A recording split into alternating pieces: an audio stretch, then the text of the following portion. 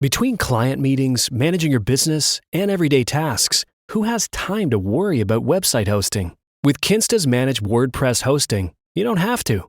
They handle the technical stuff, delivering lightning-fast load times, enterprise-grade security, and 24/7 365 human-only support.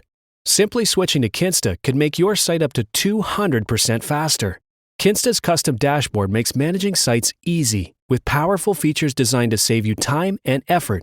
Plus, their free expert-led migrations ensure a smooth transition. Ready to see why Kinsta is trusted by thousands of businesses? Get your first month free at kinsta.com. That's KINSTA.com. Kinsta. Simply better hosting. Are you feeling overwhelmed by hormonal changes? If you're a woman, you're not alone. With over 1,000 hormone disruptors in our environment, it's no wonder things can feel out of balance. On top of that, natural changes like PMS, menopause, and other life stages can leave you feeling tired, irritable, and trapped in a constant battle with your body. But here's the good news. You don't have to suffer through it. Hormone Harmony by Happy Mammoth is here to help. This herbal formula fine-tunes your hormones, balancing estrogen, testosterone, and even stress hormones like cortisol, which can contribute to weight gain, racing thoughts, poor sleep, and more. With over 40,000 five-star reviews and a bottle selling every 24 seconds, the results speak for themselves. Ready to feel like yourself again? For a limited time, get 15% off your first order at happymammoth.com using code NEXTCHAPTER at checkout. Visit happymammoth.com today and get your old self back naturally. Coming up on episode 299 of Wheel Bearings, it's an all-interview show because we're taking the week off because Sam and his wife are hanging out on a beach in the middle of the Pacific, and we're giving Robbie and Nicole some time off. So we've got a collection of interviews that we did during the 2023 New York Auto Show, some of which have already been published on the Patreon feed for those that are supporting the show, and there's also a couple of new ones that haven't been heard yet. So first up, we've got Tom Somerville, the marketing manager for Ford Electric Enthusiast Vehicles. So sitting here with Tom Somerville, general manager for enthusiast vehicles at Ford, and among your responsibilities, I believe, is the Mustang Mach-E, right? Exactly. It's a Mustang Mach-E and working on future vehicles as well in the enthusiast space. Electric enthusiast vehicle? Yeah, only electric enthusiast vehicles. Okay, so that sounds interesting. Can you give us any hints? You know, when are we going to see an electric Mustang convertible? Unfortunately, we cannot talk about future vehicles, but just so you know that we are very committed to maintaining our presence in the overall enthusiast space. Okay, well, that's good to hear. I mean, you know, I think the Mach-E's been a great first entry for Ford into that. You know, I think when it first came out, when it was first announced, or hinted at actually at the Detroit Auto Show in 2019, you know, there was some trepidation, you know, but once we actually saw it and got to drive it and everything, I think, you know, a lot of people came around on it. How's Mach-E doing in the market so far? Yeah, Mach-E's doing very well, you know, and along with F-150 helped propel us to be the number 2 EV manufacturer last year. You know, we're seeing incredibly strong demand for Mustang Mach-E. We're seeing that over 70% of our customers for Mustang Mach-E are new to Ford. So it's helping grow our reach, bring more people into the showroom, and generally speaking, 96% of all of our Mustang Mach-E customers are first-time EV buyers. So really showing that this is you know, a product that is helping us bring new people to the brand, new people to the energy type, and it really is an amazing complement for the traditional Mustang. Okay. So, you know, you had a really strong first, like almost 2 years now since we started deliveries, and you know, sales came out yesterday for Q1, and you know, slowed down a little bit from last year. You know, is that more of a supply issue or a demand issue? I'd say, you know, it's very hard to look at the first quarter as being indicative of overall sales. The Mustang Mach-E plant was down for over 6 weeks as part of a refresh that we're doing at the plant. So a large part of that was we spent a large part of the year just not producing any vehicles. And part of that is because we're very quickly expanding production. And by the end of this year, we'll be at a 270,000 unit per year run rate. So and that's between North America and China, right? So that is just for our plant. That's the global number for 270,000 a year just from Koval? Yes. I'm sorry, I'm going to have to double check on that one. So there are several periods of which we just went through and where the plant was down, which is heavily contributing to that overall, less than last year's sales number. Right. And, obviously, when you got production challenges like that, because you're shifting things around so you can ramp up and to supply more, you're going to see some maybe hopefully temporary hiccups. Exactly. And Lightning, the Rev C has gone through a similar shutdown, and they're going to have another one as well. I mean, this is all part of the overall ramping that's taking place. So the overall goal for the end of this year for all of our EVs is to be at a 600,000 per unit run rate. And this is part of the $50 billion commitment that Ford has made to accelerate us towards this all-electrified future. So end of this year, key milestone will be in total, that is globally, all products, 600,000 unit run rate. And then by 2026 to be at 2 million unit run rate across all products globally. That's a lot of EVs. One of the things that's going to be changing this year for Mach-E and then a little bit later for Lightning is the battery situation. Currently, you're using all nickel, manganese, cobalt batteries, NMC batteries, but you're going to start using LFP batteries for the standard range Mustang this year. Can you talk a little bit more about that? Yeah, exactly. So we are going to be migrating later this year to LFP batteries, and for Lightning, it will be in 2024 calendar year.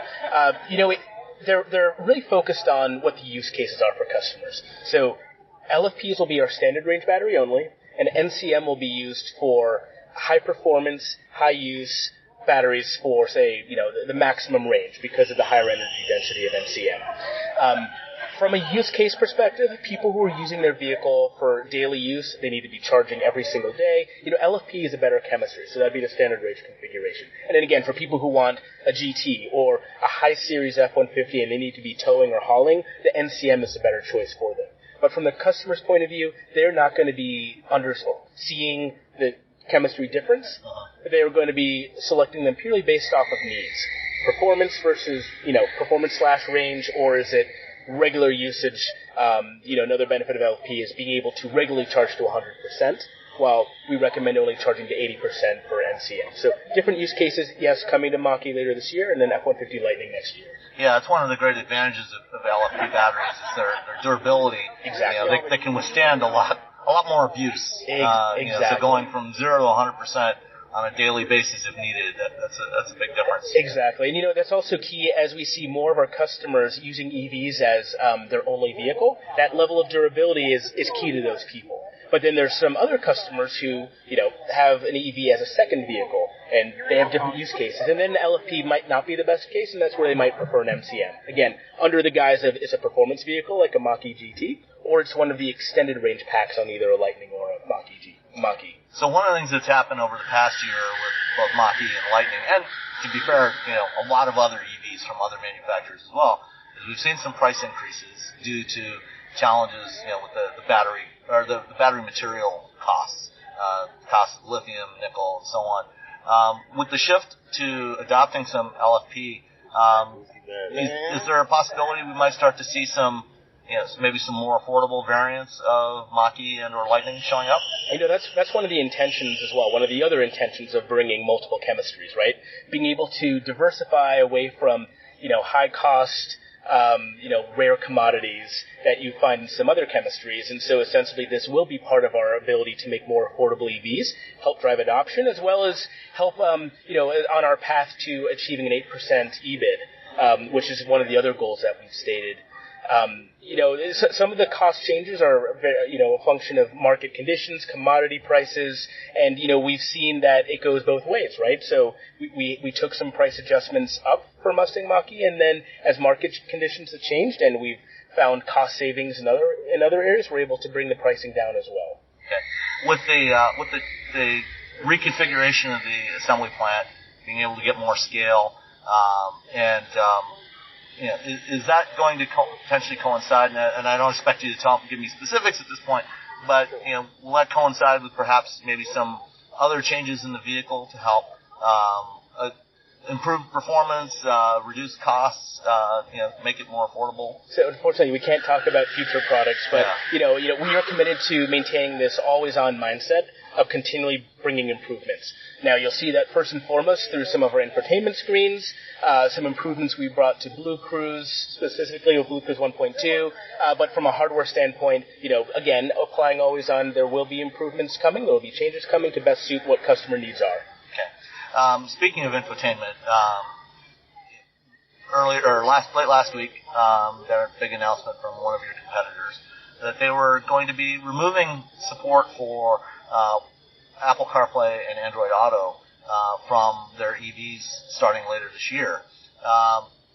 Obviously, that's something that Ford has had in their vehicles for quite a long time. Got it today.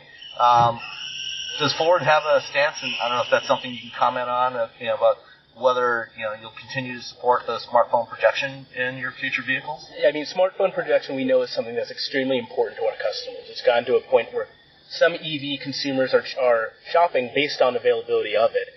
In the Mustang Mach-E, we have a 15.5-inch center screen, and we have one of the largest projections of Android Auto and Apple CarPlay in it. And again, it is something that in the latest software updates, we made that projection even larger. So it is something that we know customers care about. It is something that, based on our customer feedback, we certainly want to continue including and also improving on in the future. I'm curious, I don't know if you have any telemetry data about the way consumers actually use their vehicles for things like the infotainment, or maybe some survey data. Do you find that consumers actually do use the projection system as opposed to the embedded infotainment? Yeah, I can't give you specific data on that, although we do know that customers absolutely love using it. And what you find are customers who use it all the time. It is something that they cannot live without. And again, it comes back to the point where we've seen customers who are shopping for vehicles based on availability at some time. So, for some people, absolutely love it, use it all the time, and then other people care less about it, but it's becoming an increasingly more important feature for the customers who do highly value it. Okay. Anything else about the current generation of Ford EVs that people should be thinking about that you want to share right now? Obviously, you can't talk about future products yet, but hopefully soon. But anything else we can talk about the current generation? Yeah, really excited to, as I was mentioning, some of these over-the-air updates coming. This is one of the first major ones for Mustang Mach-E, where you now have some improvements in the center screen, some accessibility improvements, as well as new Blue Cruise 1.2. So, as you're probably aware, we launched with Blue Cruise, which enables hands-free driving in pre-designated roads. And then in December, we started rolling out an update that allows you to make hands-free turns. So by activating the turn signal, the car will now switch lanes in a hands-free environment. And the car also is able to bias itself in its lane. So when it senses a vehicle next to it, we'll nudge it over in the other direction in order to... That's a very handy feature to have. Yeah. If you're passing a big truck, give me a few extra inches. Exactly. And so, these are the sort of features which we've heard from customers that they're looking for. Another example of that is we now have a dedicated camera button in the center screen. So, small things that customers have asked for and that we've now started to deploy over the air to our customers who've purchased our vehicles. So, just, again, this commitment to, from a software perspective, maintaining this always-on capability, listening and reacting, in a quick time frame to customer feedback. And when can, for example, Mach-E customers expect to get that 1.2 Blue Cruise update? So some have already been getting it. It depends on a multitude of factors, including are they already receiving automatic updates, which is something we encourage all of our customers to do. So there's a couple different factors that'll determine when, but the updates already started several months ago. So They are in the process of rolling out to our customers. And Blue Cruise 1.2 comes standard on every 23 model year. That's already built. So it's been from the plant for several months and then rolling out OTA to everyone else in process right now as well. Okay, great. Thank you very much, Tom. Cool. Thank you. It's nice meeting you. Thank you as well. Next up is Nicole talking with Angela Zepeda, the CMO, the Chief Marketing Officer of Hyundai America. All right, everyone. I'm here at the New York Auto Show with Angela Zepeda, who is the Chief Marketing Officer. I got it right because her badge literally just says HMA Executive, which does not help. So we're going to talk a little bit about marketing in Hyundai. So the first thing I actually want to ask you about is something that you guys just showed off, the Disney 100 Years of Magic. Yes. Tell me a little bit about that Ioniq 5. How did that come to be? Yeah, so that started with the partnership we have with Disney. And this is the second time we've worked with Disney, who's a great partner of ours. We started working with them a couple years ago when we launched the Tucson, all-new Tucson in 2021. And that was a fantastic partnership. And so they came back to us when it was coming up to be the 100th anniversary of Disney, which is pretty special on their end. And so we're the auto exclusive partner. And so we work together. And that's what we love about our partnership, is that it's not an off the shelf, put a logo here, do a little, commercial there. It's really working together to collaboratively put our two brands together. And one of the things we wanted to do was to do a special edition, which we had never done before with another partner, and it's something Disney has never done. Oh. So it was actually Hyundai engineers and designers working with Disney's Imagineers, and together we worked to put together a special edition Ioniq 5. It's the Platinum Edition, and it's a really nice version of the Ioniq 5. There'll be 1,000 of them, and it has really beautiful cues that have, hidden things with Disney in it. Not over the top, but it's a beautiful way to, I think, celebrate Disney. And I think the beautiful things that we have also in Hyundai, but it's a nice collaboration between the two brands, and so it's really special. We're excited. Assuming you've taken a look at it and seen some of the details, is there any particular thing, because there's a lot of little hidden Mickeys and stuff, is there one thing on there that you think this is super cool, like a favorite feature for all the Disney cues in there? Well, there's a couple things on the show car that unfortunately we can't bring to the production car. Like, for example, there's the LED lights in the front. Yes. Which we can't do for safety reasons on the production car, but that was actually really cool. Yeah. But we do love the wheels, and that's a very Disney thing, is to always do a little hidden Mickey. So it's got the Mickey ear. Yeah. That's been designed into that wheel, and so we love that. And so but there's a lot of cool little things inside the interior, and you'll get some Disney sounds, the ambient lighting. So it's got some nice things in there. And will the wheels make it into the actual vehicle? So the wheels are okay. The wheels are Yay, good. So we'll have hidden Mickey wheels. Yeah, and I love the color. I think the color it's actually a special color. Okay. It's gravity gold. It's a matte color. And also the interior is an interior you can't get on the car in a standard version. So, okay. Overall, I think it's going to be something that I think fans are going to love. And what do you think makes Disney a good partner for Hyundai? Why does that work? We love it because it's, of course, it's an iconic American brand. It's a family brand, and it's one that's genuine and true about making these big emotional moments with consumers. And that's what we want to do at Hyundai. We want to make an emotional connection too. Our brand platform is It's Your Journey. And so we just feel like together we have this nice meld of what we want to do about really interacting with our consumers in a genuine and authentic way. And that's what Disney also does. And so together we feel like we have a nice symbiotic relationship, and so we're very happy on both ends, and so we're very excited about round 2, and this partnership will last through the end of the year. Okay. And so this is just the beginning. Oh, that's exciting. So other stuff? Other stuff is coming. Yes, I can't wait to see. I'm a huge Disney fan, so to see a Disney car is kind of fun for me. Oh, excellent. Yeah. So you had a big day today at New York. You guys won a few things from the World Car Awards. Just a couple little important, huge awards that you won this year. Yeah. So it's a big day. What is your plan, for the Ioniq 6 having just come out? We all just drove that. I had a chance to drive it. What's your plan in terms of marketing? How are you going to get the public to continue to go in on the idea of EVs are something I can get today and I should consider today because it's a fantastic car? Yeah. How are you going to market that to people? The Ioniq platform has been really interesting for us. We had the Ioniq 5 last year, and where we were a year ago, and maybe even let's say a year before that, we weren't really marketing widely that we had alt fuel powertrains. And a lot of that had to do with the fact that we were being very regimented about CAFE and ZEV requirements. So we were doing a little more regionalized marketing in those states where we were really having to hit those requirements. But as it was accelerating very quickly, that EV was going to be here and going to be here to stay, we elevated that to more of a national campaign. And so at the same time, we were coming out with the all-electric platform, where we weren't just doing a derivative of electric into an already established model. So it was important for us to get not only the information out that what is electric and how does that work, but that it was coming in a really special platform. And I think where Americans were at that time were, Tesla for us was an interesting breakthrough because it was giving you a version of a car that was taking away what I think EV was really missing before, which was, you were sort of giving up range.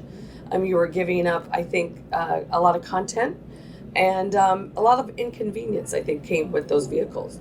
But then Tesla came and was giving you range, it was giving you performance, and it was giving you everything and more you wanted in a car, but it came at a pretty high price tag. Mm-hmm. And Ioniq 5 is the thing that sort of gave you what you might have gotten in a Tesla 3, but at a really affordable price. And I think that's the beautiful thing about Hyundai as a company. It sort of gives you accessibility to things that maybe was affordable only to those that could afford it. And here we came now with Ioniq 6 in a little bit different package, in even more range, but really fast charging. And so I think that's really fantastic. I think we still have a job to do to let people know that it's really a lifestyle, and it's pretty easy to own an EV. Of course, on the coasts, it's really a lot of infrastructure's in place, but it's getting pretty accelerated. And there's things you can do to put things in your home to help you have an easier lifestyle with EV. But again, I think that acceleration is becoming really faster to adopt. And the price is coming down. And so we see people getting really excited about it. And, we're all in on an EV. So we're excited about what the future holds. Now, do you think, because you have two really great cars in the Ioniq 5 and Ioniq 6, they're great EVs. They're all the things you said are 100% true. That sort of giving people what they missed in the Tesla experience gives them a better car experience.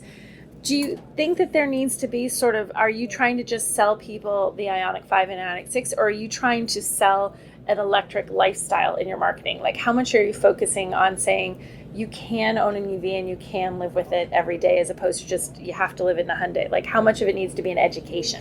It's a little bit of both. So, we'd love them to pick the Hyundai, but we also know there's barriers to break down. So even on our HyundaiUSA.com website, and now we're starting to feed this content to all of our dealer websites. It's a lot of, educational content and information. I mean, we still get questions, and it comes through on our social feed, like, can I drive my EV in the rain? What happens when I wash it? And, they sound like they're funny questions, but they're really honest questions. Mm-hmm. So we have to help people understand, what it means to own an EV. People are asked, like, what's charging like? I hear I have to have an app. How do I do payment? What does free charging mean? Mm-hmm. What happens after that? And so we have to just break down all those barriers. And so that education is part of the OEM's responsibility, because that's part of the whole lifestyle, like you said. And so we're just trying to answer the questions in the most simplified way, so it doesn't feel overwhelming to the customer. And so a lot of that is on our website, and we're trying to educate our dealers as well. So when the customer goes there, the information's available to them. And, it's on the responsibility, I think, of the entire industry to make sure that the information is easily digestible to the consumer. So it doesn't feel like it's as scary or unattainable as I think a lot of people feel like it is. Yeah, I agree with you that there needs to be an education. Every time I have an EV as a press vehicle, I get a lot of questions about whether I can use it, and during the winter, because I'm in New England. Exactly. I took pictures of it, plugged it in the cold, and everyone thought I was going to burn my house down. I'm like, no, it's okay. It's okay with the snow. Right. So, and it sounds funny, but people are genuinely afraid because you wouldn't plug a toaster in outside in the snow. Why can't you do it with your car and it's okay? Like, exactly. People get a little confused. Do you find that, like, they're getting that information a lot from your website, but they're also having to go to your dealers? Is there a significant attempt to get the dealers in on this so that they're able to answer these, what might seem like basic questions, in a way that people understand how living with an EV is? Yeah, the dealers play a huge role in this. In fact, the dealers who sell our Ioniq line specifically, they have to be certified dealers. So there's training that's involved. They have to have the information on their websites. And that's because we want them to be armed with the right information. So when a customer comes into their dealership, they're not, leaving them sort of like empty-handed with I don't know, that would be terrible. So if you're selling Ionic, you have to have the right information at the tip of their hand. So we're providing all that content to them. Our field staff is training them, and we're just arming them with as much information as we can, and doing it in a way that makes it easy for them to translate that to the customer. So it's an ongoing process for sure. Now, when you say you're training the dealers, what is that? Is that everybody at a dealership? Would there just be certain people who are like, okay, we know how to use EVs and we're sort of certified EVs? Or are you making sure that whole dealership experience for a customer? We're hoping it's the whole dealership experience because, a customer may interact with anybody at a dealership. Is it the guy that does the final walk around of the car? But it's the guy who's selling it. And, there could be questions that come up even in the F&I office when the transaction's happening. So you just never know when that question may come up from the customer. So hopefully it is everyone at the dealership that at least has the basic knowledge level to answer the question. Or if someone is, not able to answer the question, that they have at least some kind of digital device in the palm of their hands or quick in to grab, and they can quickly look that up so that way they can get that customer that information. So we're doing all that we can to make that very rapid, so that way, they seem as knowledgeable as possible in the moment. It's not perfect, but it's getting better and better every day. It is. Excellent. Well, thank you so much for taking some time to chat with me. Thank you. And congratulations on your big World Car Thank wins you. this year. We're very excited. Thank you. Did you know you can support Wheel Bearings directly? Head to patreon.com/wheelbearingsmedia and you can become a patron today. Your contributions will help fund the platforms and tools we use to bring the podcast to you. And exclusives and improvements are already on the way thanks to your generosity. So if you want to be part of an automotive podcast like no other, head to patreon.com/wheelbearingsmedia. We've updated the Wheel Bearings merch store, and now there's a whole bunch of new choices, new colors, new styles, t-shirts, sweatshirts, hoodies, hats, mugs, travel mugs, stickers, aprons, tote bags, you name it. You can get your Wheel Bearings merch at shop.wheelbearings.media. Go check it out. That's shop.wheelbearings.media. Smartphones have gotten way more expensive over the past decade, and all it takes is one impact on a hard floor to make you wish you had spent a few bucks to put a case on it. Going online without ExpressVPN is like not having a case for your phone, and it only costs a few dollars a month. Nicole, Robbie, and I travel a lot for our work, and we spend a lot of time in hotels, coffee shops, airplanes, and of course the Delta Sky Club. Connecting to the Wi-Fi in any public places with shared Wi-Fi puts your data at risk because bad actors could be intercepting what you send and using it to steal from you. It only takes some cheap hardware to intercept Wi-Fi data, and even a smart preteen can do it. Hackers can make up to $1,000 per victim selling personal information on the dark web. ExpressVPN stops the bad guys by creating a secure, encrypted tunnel between your device and the internet. ExpressVPN uses state-of-the-art encryption that would take a supercomputer up to 1 billion years to crack. I have ExpressVPN on all my devices, including a MacBook Pro, Windows laptops and desktops, and Android and iOS phones and laptops, or tablets. When I want to be secure, I just launch the app, click once to connect, and my data is secure. As I said, I travel a lot for my work, and I have to connect to countless public Wi-Fi networks in many countries. I have ExpressVPN on all my connected devices so that whoever else is on the same network can't see any of my data. That's important because I often have to check banks, credit card accounts, and transmit client data that might be sensitive, as well as filing articles on news that might be under embargo. ExpressVPN protects all of it, and I've been paying for my own account for years. Secure your online data today by visiting expressvpn.com/wheelbearings. That's expressvpn.com/wheelbearings, and you can get an extra 4 months for free. expressvpn.com/wheelbearings. One of the hardest parts of getting older is feeling like something's off in your body, but not knowing exactly what. It's not just aging, it's often your hormones too. When they fall out of balance, everything feels off. But here's the good news. This doesn't have to be the story of your next chapter. Hormone Harmony by Happy Mammoth is an herbal formula made with science-backed ingredients designed to fine-tune your hormones by balancing estrogen, testosterone, progesterone, and even stress hormones like cortisol. It helps with common issues such as hot flashes, poor sleep, low energy, bloating, and more. With over 40,000 reviews and a bottle sold every 24 seconds, the results speak for themselves. A survey found 86% of women lost weight, 77% saw an improved mood, and 100% felt like themselves again. Start your next chapter feeling balanced and in control. For a limited time, get 15% off your entire first order at happymammoth.com with code NEXTCHAPTER at checkout. Visit happymammoth.com today and get your old self back naturally. All you homeowners have unique needs. Some feel the need to leave up holiday decorations year-round. Others have the need to use their garage as practice space for their new metal band. And because each homeowner has unique needs, Geico helps you get the right coverage for your home and what's in it. That way, you get exactly what's right for you, even if your needs are unique. Get more with Geico. And then we've got Christian Meunier and Jim Morrison from Jeep. All right, so let's start off. Jeep has had an amazing run over the past decade, the growth that the brand has had.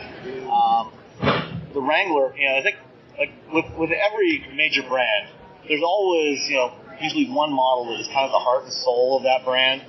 For Ford, it's Mustang, Chevrolet's Corvette, Jeep, Wrangler, and Grand Cherokee. And Grand Cherokee, yeah. I mean, a bunch of, Wagoneer, too. But really, Wrangler is the one that when people think of Jeep, they think of Wrangler, it's the original. And it's been interesting, the last couple of years, you've had, finally had something resembling some real competition in that segment. And I'm curious your thoughts about, what it's like having some competition, and I think from what you're seeing now with the 2024 Wrangler, clearly see some impacts of that competition, how competition is making everybody better.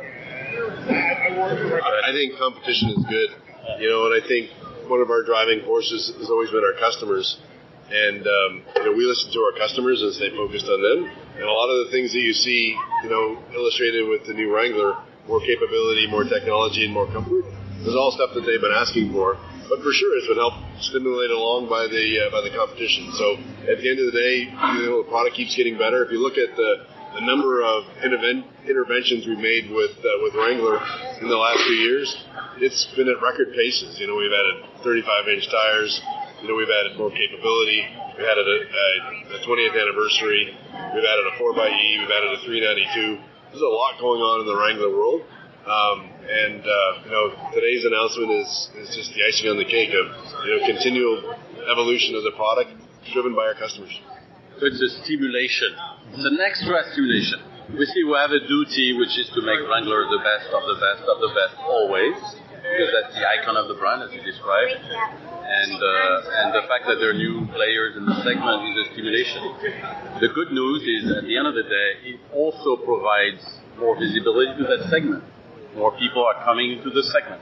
They understand that, we've been talking about mobility for so many years, right? It's been like the fashionable word, mobility. We're not selling mobility at Jeep. We're selling a lifestyle. But in a very different form than what people usually think of. We don't sell appliance. Yes. We sell a dream, we sell a lifestyle, obviously with mobility, but mobility that gets you anywhere, whenever you want. And I think it's a good thing. Competition is good. We think it's very stimulating, and most of the changes on the 24 that you have seen in the background that you will see today was already in the pipeline. The one thing that it gives us is a little bit more stimulation to go faster, to make it happen quicker, because you have competition. You need to stay the best of the best. So you're going to do it. So. Great. So, obviously, one of the things that Jeep, and Wrangler in particular, but now Grand Cherokee as well, is doing faster than anyone else in the off-road segment is electrification. We were first with the 4xe Wrangler, and now the Grand Cherokee. You've got more coming in the next couple of years. Can you talk a little bit more about that? Kind of where the Jeep brand goes from here. So we're very committed to electrification, and I think the magic of 4xe is you make the 4x4 better. You make the Jeeps better. With 4xe, you build the best Jeep ever. You have more capability off-road. You can drive in silence in nature. Why not? And at the end of the day, the customers embrace it. We started with the Wrangler 4xe 2 years ago. We've been since then #1 PHEV in North America. We introduced the Grand Cherokee 4xe at the end of last year. We're #2 with Grand Cherokee in North America. So that means we have the two #1 and #2 spots very quickly with 4xe not because PHEV, because of what it delivers to the customers. That ability to drive 20 to 25 miles pure electric, and if you charge, if you commute, if you do a little bit of off-road, you can do it pure electric or hybrid mode. You have no anxiety. You have great fuel efficiency, which is not that easy with a Wrangler without it. So I think you have all the benefits that are pretty obvious. Now we're bringing BEV, pure electric next year with the Recon and the Wagoneer S. It's going to take it to another level. And the first reaction of the public is very, very awesome. He was in Moab, Utah, and maybe you want to give some perspective. We get feedback from the press, feedback from the customers, and little by little, people are getting, convinced that that's pretty cool stuff. So yeah, it is. The nice thing for us, like Christian said, is we always want to be the best in four-wheel drive capability, and now 4xe is being recognized as the best. We've had people come up to us on the trails and say, wow, that thing is more capable than any of the gas stuff running around, and it does it in complete silence. And when you do that and take your doors off and your top off, it's a unique experience that people are drawn to in addition to electrification. So it's really a unique space for us at Jeep. Did the acceptance of 4xe surprise you at all? The share of sales that you got with that version variant? No, because I think the execution of the system is awesome. It works really well. And we had no doubt that we could build a better Jeep. At the end of the day, the only thing that was a little bit of a challenge was to get people's mindset wrapped around it. But think about it. We launched it 2 years ago. We started selling 15-20% of the sales of Wrangler with PHEV, with 4xe. Now, at the end of Q1, we're 38% with Wrangler, right? And it's going to keep creeping up. The second half will be well above 50% of the Wrangler. Grand Cherokee, after just, 4 months, we're already at 18%. So it's creeping up because demand is there, because people realize that you have the V8 performance with something really cool. You don't have a bad feel about the environment, or not as much. You have great fuel economy. And honestly, I drive one. I drive a Wrangler Rubicon 4xe. I drove 3,000 miles. I went to the gas station 3 times. That's not what happened when I had a V8 Wrangler, right? So there's a lot of good feel about it. Good feel. I love it because of the torque you have. It's a lot of fun. It's as smooth as it can be. And if you go off-road, it's silence. Take the doors off, take the top off. You're in nature, basically hear nothing but the tires. Yeah, I remember the first time driving a 4xe, Grand Cherokee 4xe last year in Texas, on the off-road trail with the engine off, and all you hear is the tires crunching the skid plate, scraping over the rocks. Exactly. It's quite an interesting experience. Yeah. It's pretty magic. I was at the Rubicon last year as a customer. I was incognito, and I had a few hardcore guys in front of me, like real, and not the youngest generation. And these guys, really, they made fun of me with that thing, right? And then I said, okay, come here, try it. So they did their crawling, and then I said, okay, come over, do the same thing. It doesn't take 2 minutes for them to realize that it's instant torque. 2 minutes, especially when you're crawling. So much better, so much precise, much more precise, much smoother. No need to push the throttle. Just it's very subtle, very subtle. So it's I think there's no inconvenience. There is no drawback with it. So with the popularity of 4xe, has that given you added confidence about the transition to battery electric? Has the popularity of 4xe given you some added confidence that when you start launching your battery electric models next year, that they will do well, that they're going to be accepted by the public as well?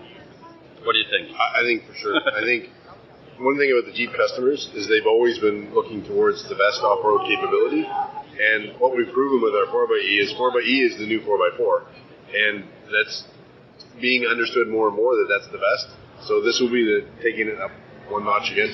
I think the Recon, if I had to bet anything, we're going to have a year waiting list before start of production. So that's the confidence level I have. Maybe I'm going to be completely wrong, but the feedback we had from clinics, the feedback we had, we've shown it to the dealers last week in Vegas. It's overwhelming. I think the fun that product is going to deliver, the range is going to be decent. The fun that people will have with this thing, I think it's not going to be for everyone, you know. But I think we're going to do extremely well. I'm confident Jeep by 2025 is going to be the number one electrified SUV brand in the world by far, because we're going to have an electrified offering in every single nameplate, from Wrangler to Gladiator, and the system works. It works for on-road, it works for daily drive, it works for commute, and it works off-road very well. So there's no reason why not. And I think we're going to keep ramping up without pushing. I think it's a pretty obvious thing that happens. The dealers are starting to really be convinced of that. When you start driving it, it doesn't take long. Do a test drive, you like it. There are not many systems like that make you convinced that, you know. I mean, I've been fortunate to have the opportunity to drive a lot of different EVs. I totally agree with you. And this is the thing that most drivers have never been in an EV so far. Sold maybe 2 million EVs in North America to date. And there's 290 million registered vehicles on the road. So most people have never even experienced an EV yet. It's going to be interesting as more and more people get into these different types of vehicles. In Europe, you also have another EV that's already on the market, the Renegade. And Compass. And the Compass, yes, the 4xe. Yeah. How's the response been to Renegade? So in Italy, which is really our number one market in Europe, it's almost 50% of our sales in Europe, for a lot of reasons. Obviously, that's where we produce. That's where we've really put a lot of emphasis, a lot of resources behind it. And it's also a market that is amenable to smaller vehicles like that. It is as well. And just to give you a perspective, in 2022, we were number one and number two on the LEV, so low emission vehicle. PHEV and BEV included, Jeep was number one brand in electrification. Number one. In terms of unit sales? Sale. Okay. 2022. With the Renegade Compass. It's something you would normally think about, with Jeep. We're number one ahead of Tesla, ahead of Volkswagen, ahead of anything else, right? So, same thing. When people try it, they like it, they understand it.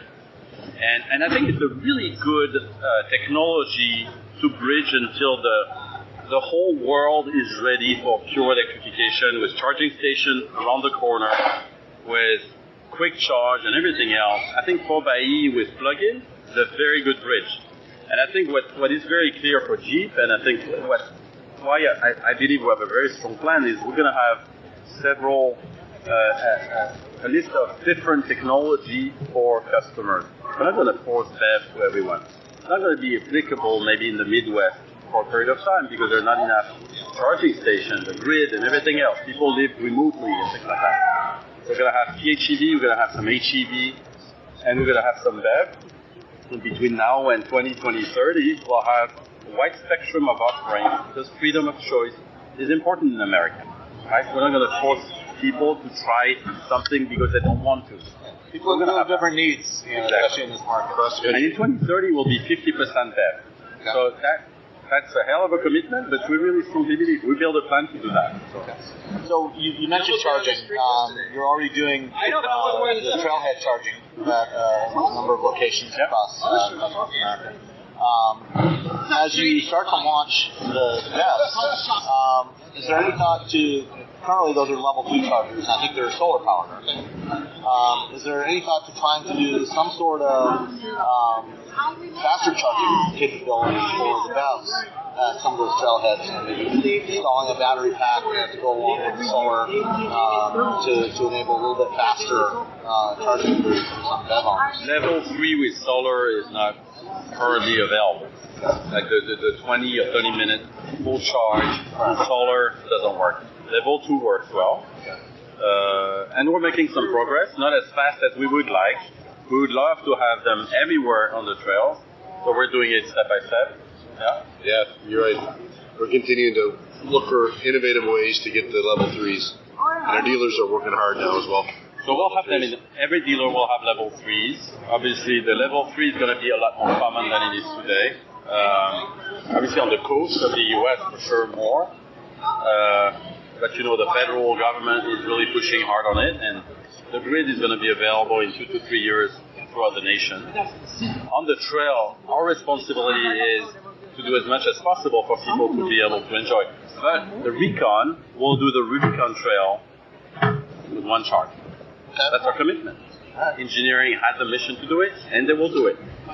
They won't run out of juice at the end of the trail. They'll be able to go back to a charging station. Yeah. So they'll be able to do the whole trail and get back to a charging station. That was the mission. Yeah. Well, I mean that's and if you can do the Rubicon, reasonable requirement. If you're gonna build that vehicle, we'll have to. That's the biggest thing. If you can get through the Rubicon, you can do anything. Yeah. Okay. Rubicon is a day and a half, right? Yeah. It's a day and a half, very slow, but it burns a lot of electricity, right? Yeah. Yeah. A lot of torque to get over. Exactly. Yeah. All right. Anything else about what's happening with Jeep? Going back to where we started with the Wrangler, the 24 Wrangler. You've added Rubicon X. You've got a bunch of new features, full floating axle availability from the factory winch availability. As you said, listening to your customers and what their needs are, and really incorporating some of those kinds of things. The trails off-road capability. Talk a little bit more about those updates. I think that's a great illustration of listening to our customers. When you look at a lot of customers' off-road rigs now, they've got iPads set up so they can, because the mapping technology is so good, they can use the map to follow the trails if they don't know where the trail is.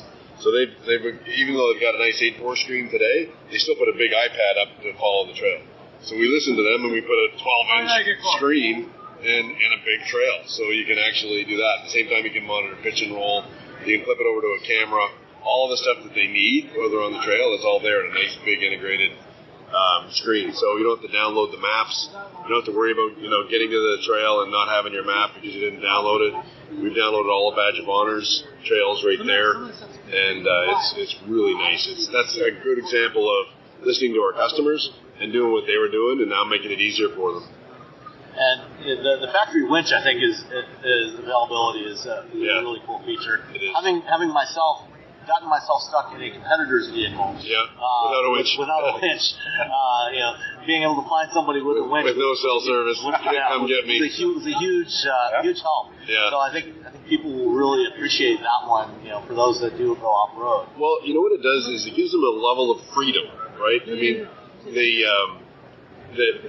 because knowing that you can get yourself unstuck, you enter into a different mindset, right? Because you're not panicked about, I'm not sure what's at the end of the trail or the middle of the trail. It just gives you a freedom to go enjoy. And if you get stuck, you get stuck. That's fine. Pull yourself out. That's right. That's right. Find something you can wrap the cable around. Exactly. Pull yourself out. Yeah. It also makes you a hero when you pull out those competitor cars too. Yeah. Well, I was pulled out by a Jeep, so. Don't worry. An old XJ Cherokee. Oh, nice. Yeah. My lawyers are not allowing me to share this, but you will see a picture in the presentation. When there was an ice storm in Texas in January, it was all over the news that Jeep Wrangler owners were on a mission to get people out of the ditch. Oh, right. Cool. And there is a video of a gladiator pulling a semi, big time. And obviously it's not what the official towing capacity is, but it did. Yeah. Right? It did. Yeah. So It's all about the community. exactly. The secret sauce is only the technology is good, but we talk today. We have more than 1,000 plants. The passion of the guys is. What this guy is doing, obviously, I've been with Jeep 4 years only. He's been with Jeep 20. He bleeds Jeep, right?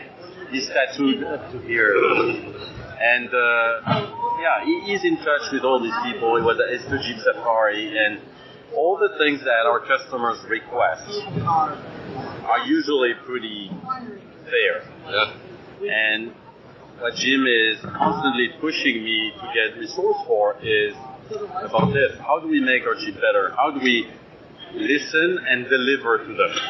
And I think we do. Yeah. And with that 24, I think we raised the bar, right? Sounds like it's not just about making it better in general, but making it a better Jeep. Yeah, For what Jeep is supposed to be. Exactly. Sure. Yeah, exactly. You said it best, Sam. Yeah. All right. Make it a better Jeep. Any final thoughts? No, I think it's great to see.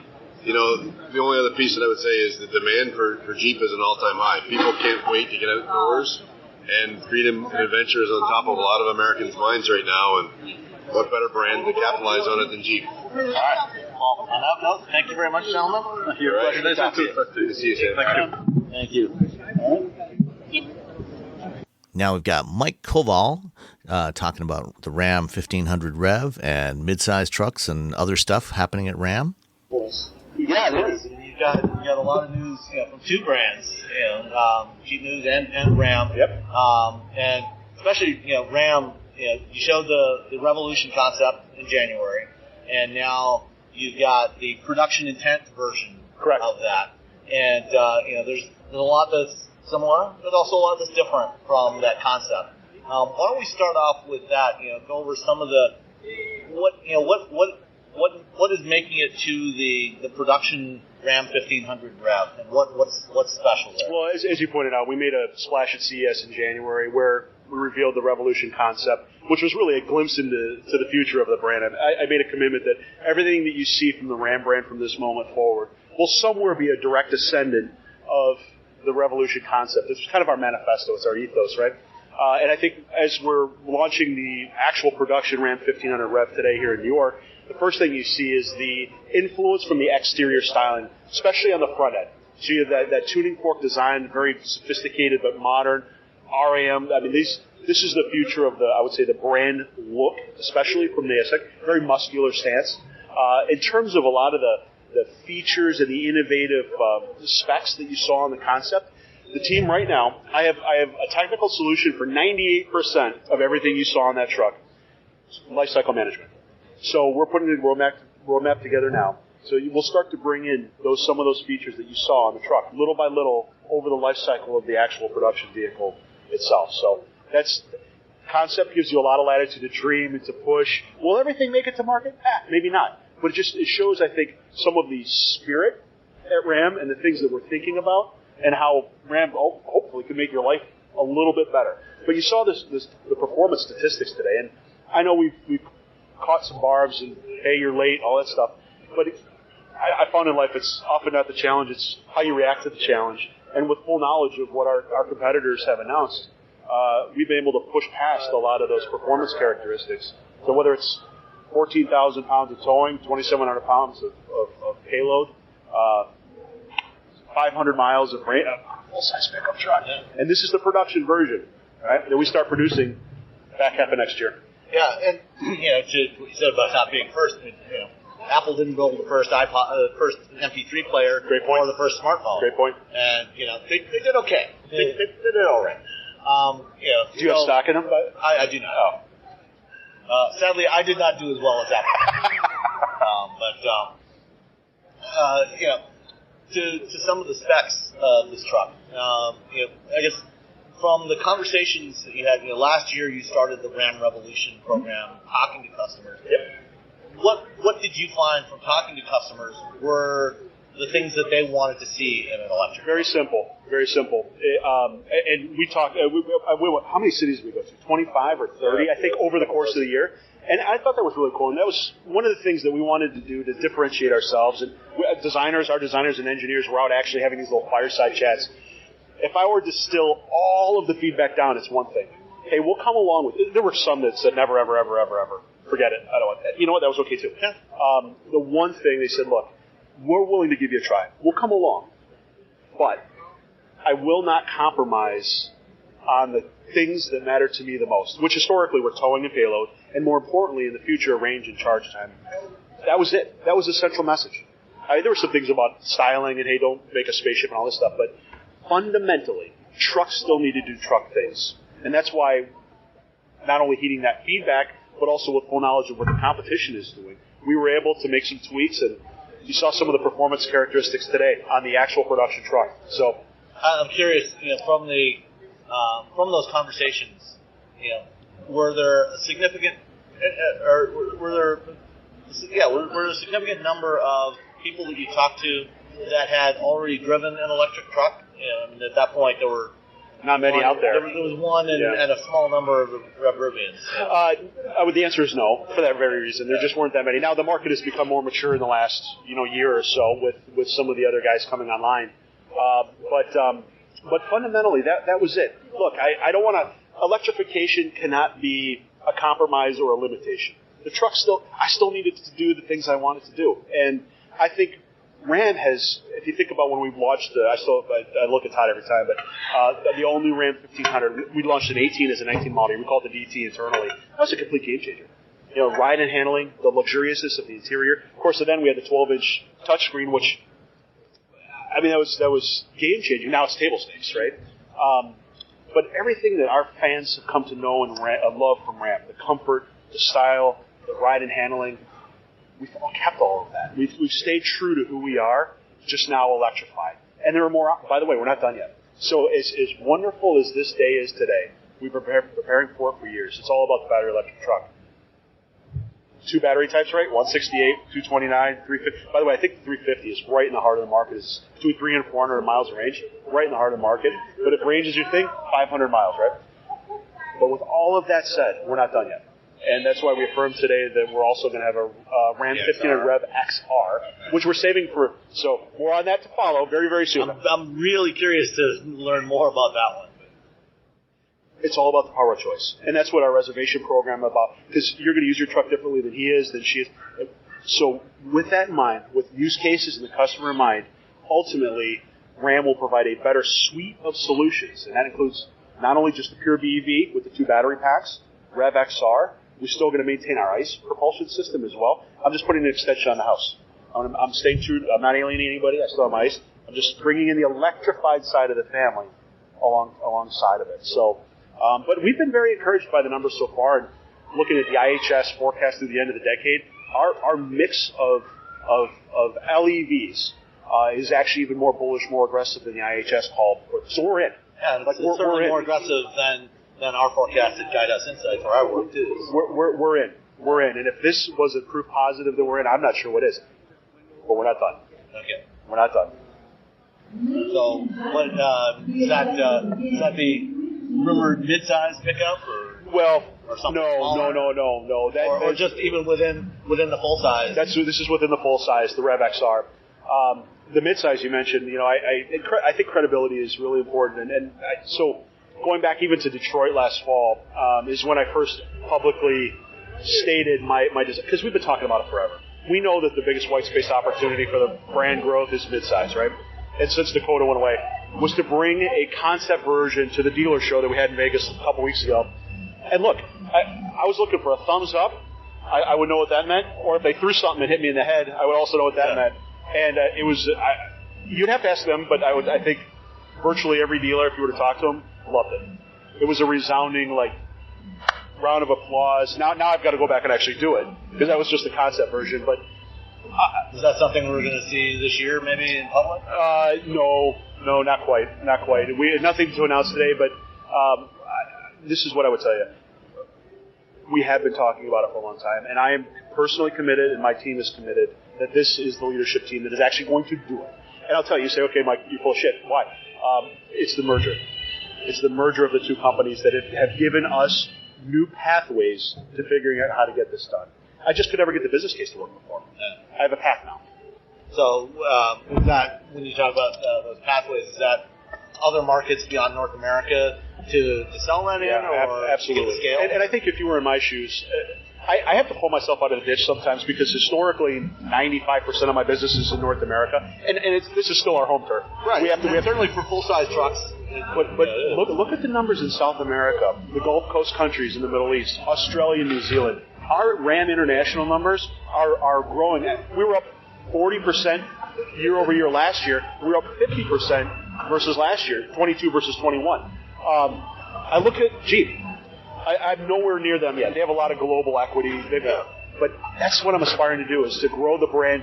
My first, I would say, milestone was electrification, ushering the new era of electrification for our brand. And we're here. We're live, and we're in. And, I was talking to Christian and Jim earlier, and I asked them this question, about whether the acceptance and the popularity of the Wrangler 4xe and now the Grand Cherokee 4xe, did that give you more confidence going forward as you start to introduce vehicles like the Ram and other products? Without question. Without question. But I think back to what a pickup truck does, back to what it has to do, the inherent promises and commitments we all make to our customers. When we were able to crack the code on things like range and towing, that's that combined with the early reservations. We opened up our first cycle of reservations the night of the Super Bowl. 72 hours we closed it. The first model year basically covered. Got a few more based on that, so we reopened it today. That's another proof that our customers like what we're saying so far. And when we closed it after 72 hours, Sam, we hadn't told really any. We didn't give any performance characteristics. Now they know. Right. Now they know. And we're not done yet. It's all about the power of choice, because I know you do something different than you do something. So we'll have the BEV with 2 battery packs, Rev XR, but the MCA is not far away. We have our ICE system, power of choice. But all of these little things gave us their success, which they're doing great. Cracking the code on the performance characteristics gave us all the confidence that we needed, and we still have more to share. Performance characteristics. One of the areas that sells a lot in full-size pickups is the work trucks. The lower-end work trucks, not necessarily well equipped, not necessarily with the biggest engines, but they need the space to haul stuff. Was there any thought to doing perhaps a single motor version of this truck, or something that might help bring the cost down? Nothing to announce today, but I will say that 2 things. One, I'm super bullish on not only the retail versions, if you will, but I think there is an absolute use case for fleet and small business as well, and we're seeing it on the ProMaster. The ProMaster BEV, that's our first BEV is this fall. The interest, crazy. Why? Total cost of ownership, route predictability, electrification makes a lot of sense. Carbon net zero commitments that everybody's making. So that is giving me confidence also on the full-size truck side of things. Now, we will have the Tradesman, which is our work truck, entry-level, commercial model. And I am looking at different propulsions or different options for a lower end. Nothing to announce today. I mean, like I said, the 350, the 168 is, I think, that's right in the heart of the market, if not even at the high end today. 500 is off the charts, obviously. But I think if you were in my, I have to look at everything, and so nothing to announce today. But I think the demand will be there for fleet, small businesses who may need some different things. Okay. One more question for the Ram brand as a whole. We've seen the introduction of a couple of smaller trucks in the last year that have done really well, surprisingly well, I think, to a lot of people. Is that a market that you see as an opportunity for Ram as well? I know. It is an absolute opportunity. If you look at the transaction prices of full-size pickup trucks, not only on midsize, but even something below midsize, I have them already in South America. I would, if I could push that button right there and bring it to the U.S. tomorrow, I would do it. Because there are some really, really cool things down there that I think we could sell today. It's never that easy. Homologation, safety, it's a bit of a nightmare. But am I looking at it? Yes. Am I interested? You bet. Do I think there's a market? No question about it. It's just a matter of timing. So, Because it's not just about what we need and want here in the U.S. or more broadly across North America. Globally again, where else can I go? Yeah, there's some interesting markets in South. Pick up with the powertrain from a Hornet, or Tonale plug-in hybrid. It's all possible, and that's the beautiful thing about Stellantis is just the sharing of all these platforms and technologies. I mean, I'd love to get into Southeast Asia, to Thailand. That metric ton market is massive there. Why can't Ram play in there? Well, we can. So we're just, looking at all the different markets and the different opportunities, and I think the Ram brand, we are built to serve those who serve their communities, family, community, hard work, integrity. Those are values I think that transcend barriers and boundaries. Look at the international numbers. I think there's a real demand. People really connect with what Ram is all about internationally, and so that gives me the confidence and the basis to explore opportunities there. So whether it's Southeast Asia, enlarged Europe, wherever, global growth, right? Electrification, global growth, all opportunities, small pickups. It's going to be very exciting. I mean, we're just getting started. Like this carefully curated Ram drumbeat of EV and tech news. Today's a big day. This is pivotal. This is a big moment for our brand and really for the company. And we're just getting started. All right. Thank you very much, Mike. It was a pleasure. See you. Thank you. Thank you, Todd. Is it cheating now? 7 minutes. Next up is Olabisi Boyle, the Vice President of Product Planning and Mobility Strategy for Hyundai. So how's your day been? Well, I'm in a good mood because we won 4 World Car Awards. 2 years in a row. I know. 3 or 4 last year? 3. It was EV, overall, and car. And design, yeah. Yeah. And for, so Ioniq 5 1 year, Ioniq 6. We're going to start expecting this. Something like that. You're setting a high bar for yourself. But that's all right. Got to keep introducing great new products. I know. So, Ioniq 6, important new product. Hyundai is one of the few brands that has actually stuck by sedans.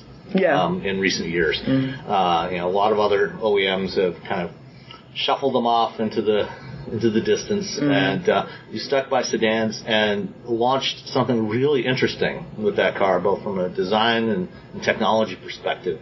How's the response been to the Ioniq 6 so far? Well, we just started building it for North America in February, and they're now at dealers just starting March, right? So it's just out there. But to be honest, we expect this to do well like the Ioniq 5 did. When you talk about, and to be honest, we like to refer to it as a streamlined 4-door vehicle, because it wasn't like your traditional, let's call it sedan that we tried to do. It's not a 3-box sedan. Exactly. And that was on purpose. If we go back to the whole EGMP platform, right, and you started out with Ioniq 5, and you had this kind of crossover SUV, we wanted to kind of hit some key segments. The crossover SUV, I'll tell you a little bit why we wanted to do the 4-door streamlined silhouette, and then we're going to have a large 3-row SUV come in 24. And so the idea there was, let's have a platform that can produce in key segments for us, because I think that the definition of EV is basically, I want my ICE car. Some people in the car industry, we really care about the drivetrain, right? Mm-hmm. And then if your performance, you really care about things like N. But after a while, especially if there was no issue with infrastructure, as you move to mainstream, they're not going to care about the powertrain. They just want to get in the car, know that it's going to start for them every morning. Right, and get there. Exactly. And so that's why we wanted a platform that's going to deliver some key segments. And if you talk about, let's call it the sedan segment, you still got about 2 million or so of those that are sold, right? And then a lot of people have abandoned it. So it really allows us an opportunity to sort of increase market share in something that's abandoned, especially when you come out with a vehicle like an Ioniq 6. Because it's not a traditional sedan, number one. Number two, it's an EV, battery V, full electric dedicated platform. And we went from on the Ioniq 5 at 303 AER to this streamlined silhouette to 361 AER, right? And we put all the aero treatments and body covers underneath. We have those active air flaps. We have all these moldings to sort of guide the air and reduce the drag around it. It's got the really streamlined shape. And so now you have something that gives you 360 miles. That's huge compared to even ICE, you know. In a sedan that actually looks good. It's not some kind of bubble car because it's an EV. It actually looks really nice. It's designed purposefully, not just because we had an EV to do. And so we think that'll help us also for all the people abandoning the sedan market. This is a compelling, you know, and we don't have to sell all the 2 million unless somebody, but if someone wants to buy 2 million of them. As long as you can get enough materials for the battery. Well, true enough. You know, talking about the design of Ioniq 6 and 5 and presumably the 7 as well, you know, the SUV when it comes out, and even, you know, the Kona, as you move into, you know, I was just talking to another designer, you know, as you move into this era of electrification, you know, some of the traditional requirements that a vehicle had, you know, in terms of airflow through the front, through a grille, you know, that grille, you know, also created the face, the brand image of the vehicle. And as the need for that goes away, you know, there's companies taking some interesting approaches to, okay, what do we replace this with? How do we evolve the look, you know, to maintain a brand image? And I think Hyundai's, you know, see that seamless horizon? Yeah. That's on the Kona that's out there. So you might have noticed, I don't know if you got a chance to see the Sonata. We got that seamless horizon. On our Ioniq, you got the pixelated, incorporated into the lights.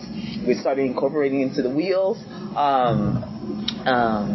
But there's some design treatments and themes and techniques that you can sort of blend together. The radiator grille obviously is gone on that. So then you can get creative with what you could do in the front. We've done it on Genesis. We've done it on Hyundais. Definitely on the Ioniq 5, 6, and 2B7. But then now you see it on the Kona. So I think it's again, once the people who really don't care about the drivetrain, as long as it functions as told, horsepower, AER, charging time, things like that, then they care about how it looks. And I think the reason why we're getting a lot of accolades and third-party recognition is because we're designing the car for people, both on the exterior and the interior. The other thing that does allow us with the electrified chassis, you don't have the tunnel and flat floor and all that, is you really get to extend your wheelbase now. So the interior is large, yet the exterior can kind of maintain. Prioritizing for the people. Exactly. Instead of a piece of hardware that you need to move the vehicle. Because I feel early in this EV journey, it was about like, oh, this is the technology, but now when you get people who use the vehicle every day and just taking their kids to daycare or whatever the kids they're doing or trying to commute to work or whatever, then you need to make it for the people inside. That's what they're going to care about. And I think we spent a lot of time doing that. And the EV sort of chassis allows us a lot more space innovation. And one of the things I personally appreciate is, you know, Hyundai designing to stick with some physical tactile controls in the vehicle. We talk about that all the time. Not necessarily putting everything into a touch interface. You know. So we have just a little inside baseball. So we have these meetings, and it's us, and it's consumer experience, and it's the design guys. And, you know, you're going to feel like the design guys want everything like flat and beautiful and da-da-da-da-da. But we actually have meetings where we all come together, and they'll be like, and last time, you know, the people are really complaining about, like, they have to, like, search for the HVAC controls, or they have to do this. And we really collaborate, because we still want to optimize. We don't want it to be all design, you know, and we don't want it to be all, we're not going to have all buttons either, you know. And so we want some aesthetic, we want form and function. And I really feel we're sort of kicking on all cylinders, for old school speak, to collaborate on those pieces. And so design doesn't always win, and consumer experience doesn't always win, but we really talk it through. And I think there was a time where it's just like, well, we're just going to do it however design says, and it's not like that now, you know. Yeah, I don't know if Steve Jobs was the first one to say it, but he's the one that I'm familiar with him articulating the idea that design is not just about the way something looks, but about the way it works. Form and function. Yeah. Form and function. And it's all of that, and I think that's really important. That's the thing that then people really end up loving your vehicles. And like, because I talked to a bunch of people, even on the Ioniq 5, and you talked about that interior space and that how it seems like bigger or roomier when you get in. And people say that even about the Ioniq 6 too. And I was just like, well, you looked at all these EVs. Why'd you end up choosing the Ioniq 5? And they're like, you know, we saw it from the outside and we just thought like it wasn't going to be big enough. We just had a baby and we're going to like, you know, put the baby seat in. And he goes, the reason why when I sat in the Ioniq 5, but I hadn't sat in it. They'd like seen thousands.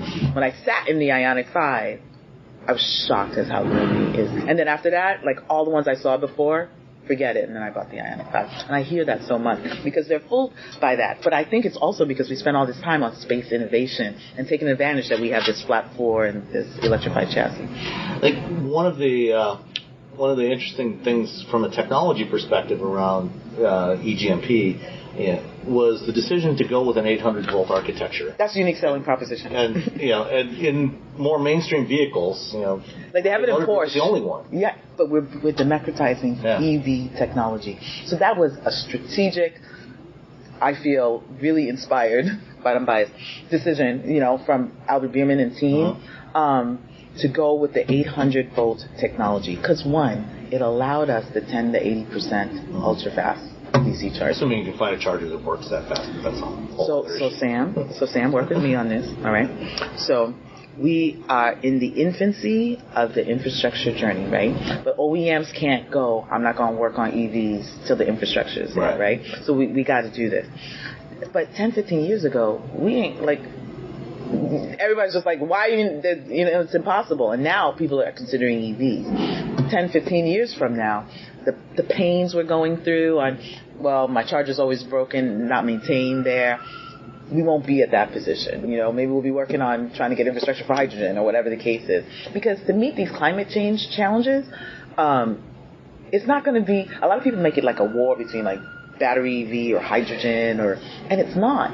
We're going to have maybe hydrogen for heavy duty, maybe battery EV for, passenger cars or light duty or whatever the case may be. But we're going to need to meet these really stringent goals, 50%, no ICE vehicles after a certain time, 2035 and all of that. It's going to take multiple types of technologies to get us there. And so I know the infrastructure is not there today, but it's going to evolve. Yeah. Well, I think one of the things that doesn't get talked about enough, is the used vehicle market. I mean, obviously, you're primarily focused on selling new cars to consumers, but and obviously, new car buyers, love the ability to charge very quickly. But I think that's actually going to be even more important when you get to the used car market because, far more people buy used cars than new cars. Sure. And those cars stay on the road for a long time, and as you get into that used car market where affordability is even more of an issue for consumers, a much higher percentage of those consumers are going to be living somewhere where they don't have dedicated off-street parking to charge at home every night. And so they are going to be much more dependent on that charging infrastructure. And I think, I don't know how much thought, Hyundai gave to that, in making the decision to go with an 800-volt architecture today. But, 5-6 years from now, when a lot of these cars are in the used car market, and those consumers that can't charge at home are relying on that, I think they're really going to appreciate the fact that, okay, I can go somewhere for 20 minutes and, right, I don't have to be there for 5 hours. Yeah. Yes, exactly. Right. So I think that's a piece of it. But the infrastructure thing, I'd say a lot. It's like an African term. It's also, but like it takes a village. And so what I mean by it's that, an ecosystem. It is. It is. And so. One of the things, let's just talk infrastructure for a minute. So one of the things that we're exploring on many avenues is in this ecosystem, or it takes a village. So there's one piece with, can we work with our dealers that, depending on where they're located, have real estate where they're willing to build infrastructure, since we have a relationship with dealers, and actually maybe we can work with a traditional oil company partner that wants to now have EV infrastructure, and then and maybe look at opportunities to partner with our dealers to have infrastructure there. There's another piece where I'm in an urban environment. Maybe there's a way to Airbnb my electricity. So if from my brownstone I connect to charger that's here, and then Sam is in town for a minute, and he happens to go by my house, he can plug into Have a pedestal out on the curb. Right. Yeah. But somehow, because it's in front of my house and it's still part of my brownstone or whatever, I get some money out of this, and the company gets money out of this, whatever the case may be. So that's an avenue, especially maybe in urban environments. We can get tall and skinny enough or whatever. Then there's, we have in Korea, we have these stations called EPIT, where it's our own particular network, and it's in Korea now, and they're trialing those out. And is that something maybe we would want to explore, in North America, and actually have a charging network that way. And then is there where we partner with a traditional oil company that now wants to go into clean energy to set up that infrastructure. And so that's what I mean by the ecosystem. We're like looking at avenues in all of those, because as an industry, we're going to need that to sort of help speed up this whole. Yeah. So is Hyundai, looking at making more direct investments in infrastructure, or is it primarily through working with your partners to help facilitate, like with dealers? We're going to look at all those. We're kind of like exploring all those options. Yeah. But we understand the need for it. To your earlier point, right? Infrastructure isn't there. And so we also want to sell our EVs. So we need to help, promote that. We also need the education piece of it. Part of the reason we did the Hyundai Home thing, right, was the education piece of it, right? I buy my EV, but maybe I didn't know I needed a home charger. And some people, they don't realize that, a home charger. Or now, God, what is that going to do my gas, my electricity bill? And so maybe solar panels helped. And then maybe that somehow I can give it back to the grid. And then maybe there's a battery charger for when the lights go out and, I still have some energy that I can use. But the key thing is a couple of things. It gets coupled with an energy advisor that says, for your house it's 2,000 square feet, and this is the type of solar panels, and this is what you want. And by the way, in your particular town in New Jersey, these are the incentives that go with it. So you can help all of that. You can, bring this along. Another area, I had somebody write to me recently, about the challenge of charging an EV if you're physically disabled, if you're in a wheelchair. I'm sure you've experienced, handling those big, thick DC fast charging cables, and looking at the way most charging stations are configured. If you're in a wheelchair, and you've got an adapted vehicle, trying to get that cable. I mean, even just in many cases, like the Electrify America station that's near my home, they've got pairs of chargers with a pair of parking spaces in between and on either side of there. There's just physically no space to get in there with a chair. You can't do it if you're in a chair and be able to get that cable and get it into the vehicle. Recently, Hyundai showed off a robotic charging system. Is that those something? are the types of things we're trying to do when we bought Boston Dynamics. Right. How do we bring it to sort of ease people's sort of everyday needs with robots? That was kind of part of the reasons. Right. Like, how do we help, So is that technology that came out of the Boston Dynamics group to do that, or? I don't know if that particular one, that might have been like a pilot thing. Back to you. Yeah. I don't know about that particular one. But what I do know as part of the extension of sort of going into robotics with like Boston is how do we bring those technologies to help people in their sort of everyday lives, or even in our manufacturing facilities as people are working on repetitive jobs and that type of thing. And so it's to help. And then we have actually, as sort of a demonstration of what types of things we would do, where you see people sort of maybe being cascaded or taken out using robots, helping them to maneuver from here to there. Now, also, as we increase this infrastructure journey, because right now people are putting EV chargers where they can. Like, it's not necessarily with a great plan. It's like, I have some space and I'll put it here, right? And so those things are going to have to be planned out, right? Like, you're going to have to, just like we're trying to deliver on the interior space of the car, you're going to have to deliver on a charging station that's a real charging station that accommodates all types of people that come. And I do believe we'll get to that point. But also in the interim, I think the types of things we want to do with robotics is to help those types of And then, of course, there's also options like wireless charging, which Genesis has been piloting. Yes, we have that in Korea. Yeah. Yeah. Is that something that you're looking at potentially bringing to North America? Well, that's when I was listening. I didn't include that one, but those are things that we would consider as well. Yeah. Okay. One last area I want to get into is in Chicago, you announced the Blue Link Plus. The next generation of connectivity for Hyundai vehicles. I know that one of as great as the Ioniq vehicles are, one of the perhaps weaknesses in those vehicles has been in the infotainment system, finding charging when you're on a trip, when you're on a road trip, trying to figure out where's a charger along my route. The Blue Link routing. Yeah, and hopefully with the new generation stuff, that will be better. I'm looking forward to trying that out. But last week, GM made an interesting announcement about their decision to remove smartphone projection support from their future. Yeah, they're not going to have Android Auto, Apple CarPlay. Right. They've got an Android Automotive-based infotainment system, and they want to focus on doing the integration within that platform the Google one. To create a more consistent experience for their customers. Is that something that is under consideration at all within Hyundai to maybe go in a direction like that to really optimize that built-in experience and maybe move away from the projection experience? Well, I wouldn't say whether that we're moving away right at this 5 minutes. There's no decision or announcement on that. But what I would say is we're working on the digital cockpit of the future, the one that brings productivity in the vehicles, one day when we have autonomous, but even prior to that. And we are looking at all options and alternatives so that we have sort of a unique experience, just like we're trying to optimize space innovation, but kind of like on, let's call it the hardware end.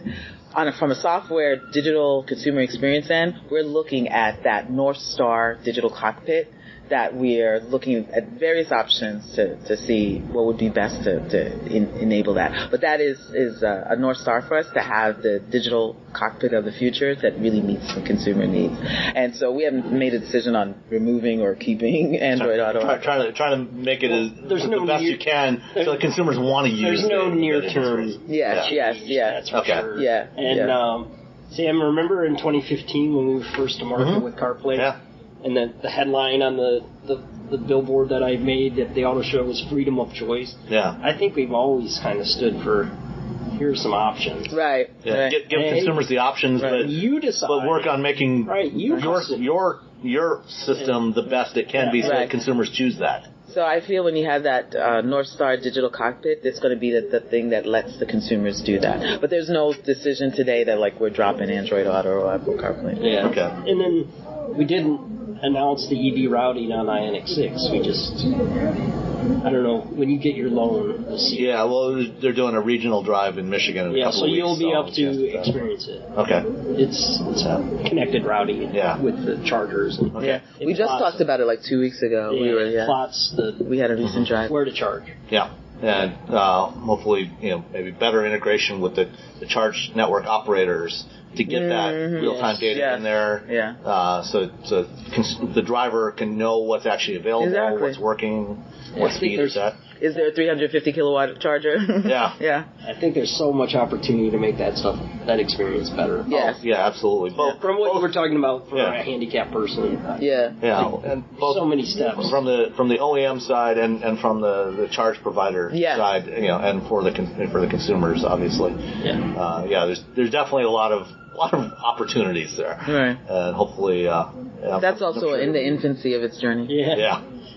Yeah, no, I mean, we're only 10 years into this, really, the modern EV era. Right. And, if you look back at the beginning of the auto industry. We didn't even used to talk about it. Yeah. It took decades, before there were gas stations everywhere. Right.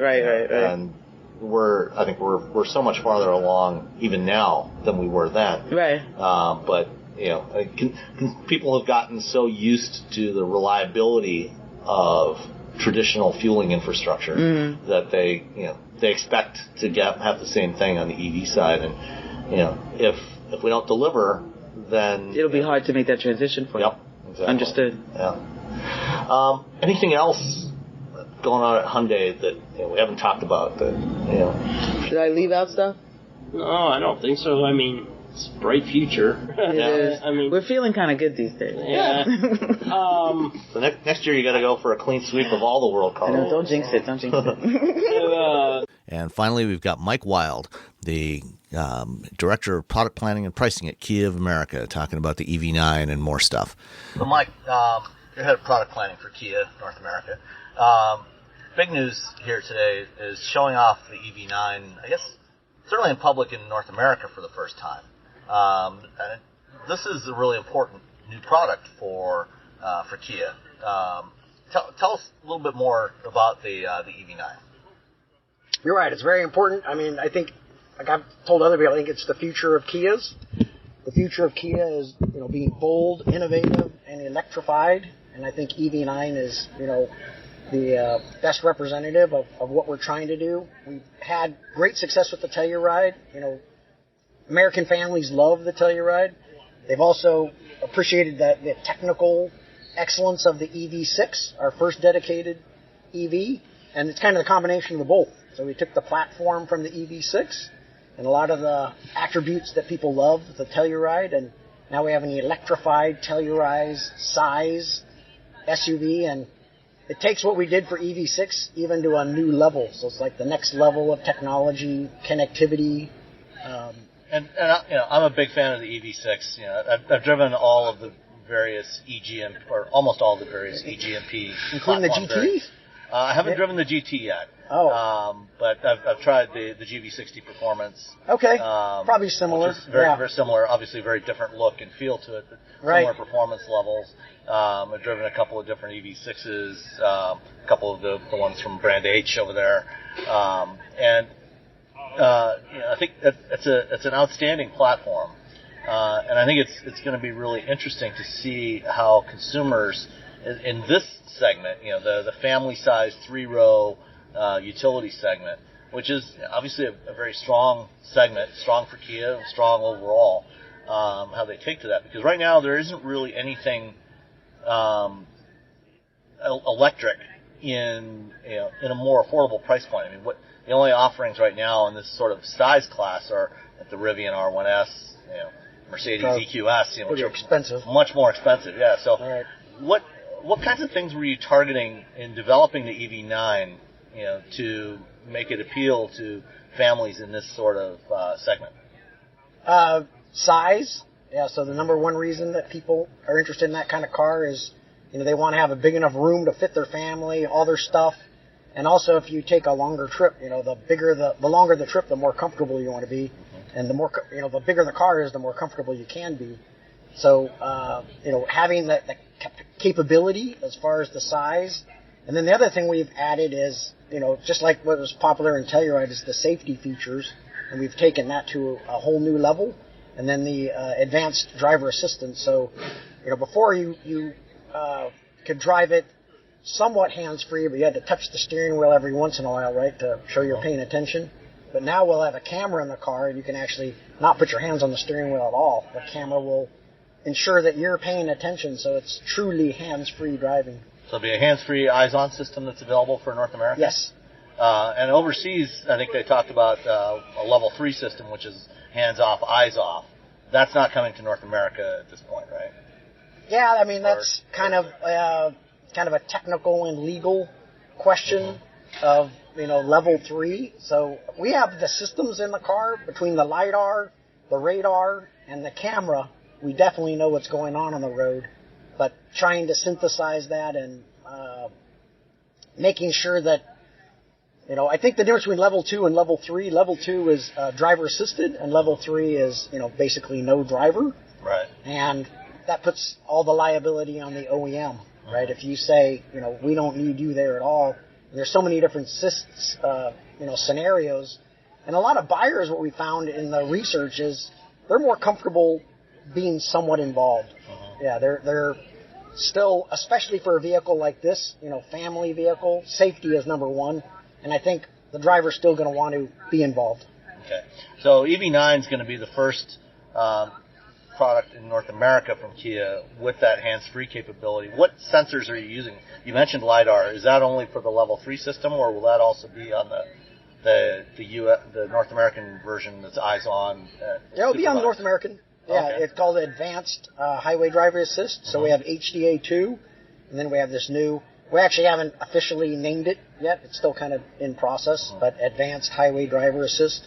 And basically what it does, like I said, is, you won't have to touch the steering wheel. You can, change lanes. You can go on and off the on-off ramp. So as long as you're on a mapped highway, it takes what we've already done with the Telluride. So you can change lanes and takes it to even a higher level.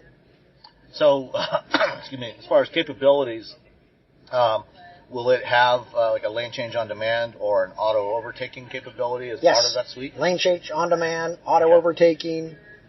We've already added into most of our cars like junction turning and when you're going through an intersection, which is where most serious accidents happen, it'll actually stop it.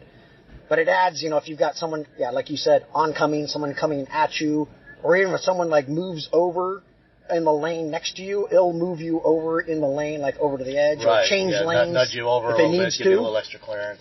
Yeah. So if it judges you need to make an evasive maneuver, and that's better than hitting the brakes, it will make the evasive maneuver for you. Okay. For the hands-free capability with the maps, roughly how many miles of roads will be available for hands-free operation? I should know that, but I don't remember the exact amount. It was like, I don't know, many thousands of miles, and they keep expanding it. I'll have to check. Okay. I can get back to you on what the number is. And the LiDAR, what type of LiDAR are you using, if you know? I don't know the brand of the LiDAR. I can look into that, though. I can get you that information. Yeah, I would appreciate that. But we have two LiDARs in the front. Okay. In that system, it also has... the lower front corners? Or like kind of mid-bumper. Oh, okay. Just on the other side of that that little strip in the middle. Yep. Okay. Yeah. And then we also have like a rear microphone. Okay. So like if a siren's coming, like he'll know emergency vehicles coming and, pull over. It's also got the ultrasonic sensors on all corners. It has side-looking radar, so not just front and rear, but also sideways-looking radar. So that's the one that'll tell you, who's next to you. So that's the biggest advancement. Is cars in the past, they would look in front of you mostly, but now they see to the side and also to the rear. Okay. For the HMI, the human machine interface part of it, you mentioned driver monitor camera to make sure you're watching the road. What other sorts of things have been implemented on the EV9 to help the driver be aware of what mode it's in, when they need to put their hands back on the wheel, take control? Well, most of those vehicles, I think all those vehicles will come with a heads-up display. Okay. So a lot of that is shown in the heads-up display. Okay. And then it also, has a series, like it'll give you a warning, it'll give you an audible signal. The steering wheel will vibrate. Okay. Yeah, to let you know, like you better do something. Okay. Yeah. So it has several levels of warning before it'll actually take an action. Okay. Yeah, and then a lot of it will be displayed on the heads-up display, and then also in the center cluster. And then, like I said, it has feedback through the steering wheel and audible and visual warnings. Okay. Going back to the electrification part of it, which is kind of the core of EV9, what sort of range can we expect to see with the North American market versions of that? Right now we're targeting 300 miles, which is pretty amazing for a vehicle that size. So even though it's pretty huge, I mean, at least for, And it's roughly the same overall size as a Telluride. Same size. Longer wheelbase, though. Yeah, but it does have... So Telluride, its drag coefficient is 0.34, which is good, but it's 0.28, which is amazing. Yeah. So it's actually better than the Range Rover, which was claimed as the lowest drag coefficient of any luxury SUV. Yeah. So I think that helps with the range.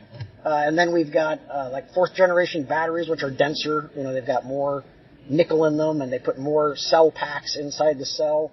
We expanded the wheelbase to 122 inches from the Tellurides.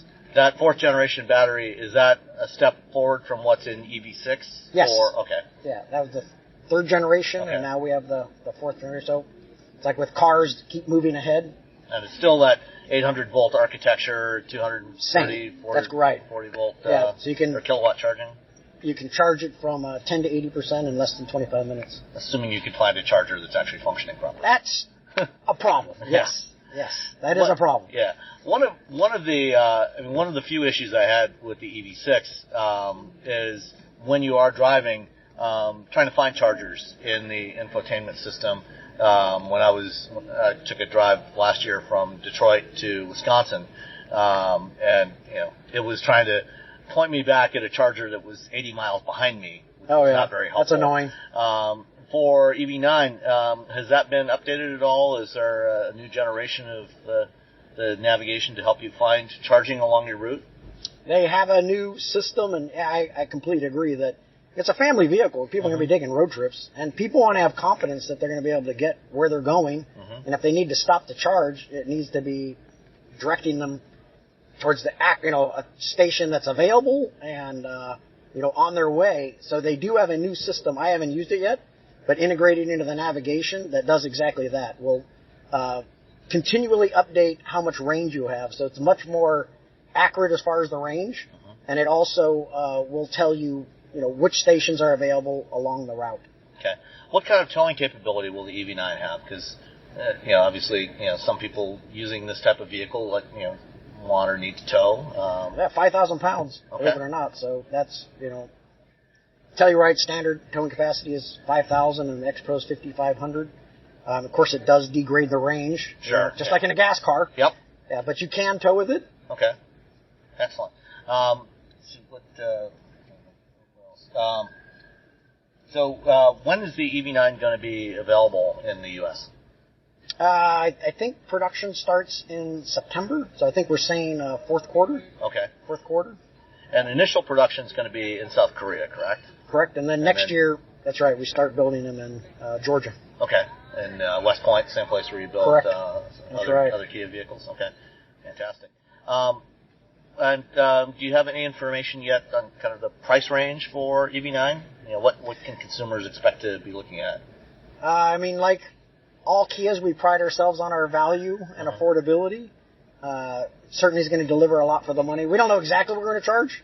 Obviously we want it to be less than 80,000 because we have that IRA limit of 80,000, and we want to be competitive with everyone else. And you've got the Cadillac Lyriq out there, and good values. So I'm actually in charge of pricing for Kia too, and it's very challenging with Tesla lowering prices, raising prices. First Ford continually raised prices, and then Tesla lowered prices. So we'll be competitively priced. We're not exactly sure where that's going to be, but it'll be a great value. I don't know yet what exactly the number will be. What do you see as the key competitors for the EV9? Initially, really, there are, like you said, there's really no other three-row electrified vehicles of that size. You have the Model X, which is a lot more money. You have the Rivian, which is a lot more money. So we really don't, and I guess the EX90 will be out soon. That'll also be quite a bit more money. So initially, we really won't have much competition. So if you want a three-row family SUV, we'll be, your one choice. And it's going to be, this is it's a mainstream vehicle, and we feel like for EVs to be successful, this is where we have to be successful. Okay. We have to attract mainstream customers. All right. And they'll be priced appropriately. Okay. One other question, going off in a little bit different direction. Last week, GM made an interesting announcement about their strategy around infotainment on their EVs, on their new EVs. They're discontinuing support for smartphone projection for Apple CarPlay and Android Auto. Yes. Their systems are built around Android Automotive, so it's got support, got the Google Play Store and everything built in, and you can download Android apps on there. But what do you see as Kia's strategy going forward? Is that something that Kia might do in the future? Moving away from projection and focusing on the internal interface to try to ensure that it's more consistent for owners, as the argument that GM makes? I'm an OEM guy, so of course I want everything to come from Kia. Sure. So yes, is that the direction we would like to go? Yes, but I think the first thing is the customer, what the customers want. Customers love their phones. They love having the Android Auto and the Apple CarPlay. Most people have Apple. So people love, having that familiarity of the same system. So what we're trying to do is we're trying to, just like that navigation distance to empty function with the EV, is we're trying to add value to our system so people will want to use that system. But we're not in a position to tell people we're not going to provide you with Apple CarPlay, even though they can be difficult to work with sometimes because, we have different technologies and trying to make them work together is a challenge. But we plan to continue to offer Android Auto, Apple CarPlay, and just continually enhance our system. So hopefully the Kia navigation system is the one that people will use, but by choice, not because we're forcing them to. Okay, good. Any other final thoughts on the EV9 or electrification in general at Kia that listeners should be thinking about? I think you have to get in the car and drive it and experience it. I mean, we've updated everything. So I've been in the automotive industry for a long time, and the exciting thing is the newness of a new car. And when we make a new car, like we make the EV9, everything is new. The IP is new. We have a different kind of glove box. This is like a traditional glove box. We have a new drawer-type glove box. Slides out. We not only have ambient lighting, but you can have different lighting at the top and the bottom, and you can select all the different colors. The lights, like for the reading lights, are dimmable. So all the way throughout the car, from the storage capabilities, we have USB-C connectors. Everything has been redone, and I think the one advantage Kia has, because we don't have a luxury brand, is we don't have to hold anything back. Like, we don't have a luxury brand that we need to save features for. So we put everything, the best that we have available in the vehicles, and I think customers appreciate that. Yeah. Okay. You're buying a brand new car, you want to have the latest and the best technology, and that's what you'll get when you get Kia. All right. Great. Thank you very much, Mike. Yep. Pleasure to talk to you. Yep. Good to talk to you. All right. Thanks, everybody. And we will be back next week with a fresh show. All you homeowners have unique needs. Some feel the need to paint their door a vibrant shade of blue. Others have the need to decorate their bathroom with fish, anchors, and other nautical items. And because each homeowner has unique needs, Geico helps you get the right coverage for your home and what's in it. That way, you get exactly what's right for you, even if your needs are unique. Get more with Geico.